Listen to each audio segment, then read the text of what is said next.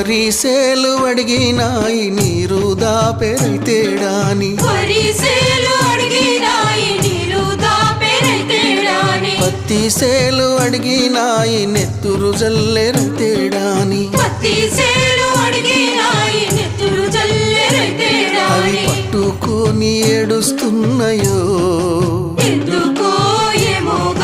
తుల్లి తుల్లి ఏడుస్తున్నాయో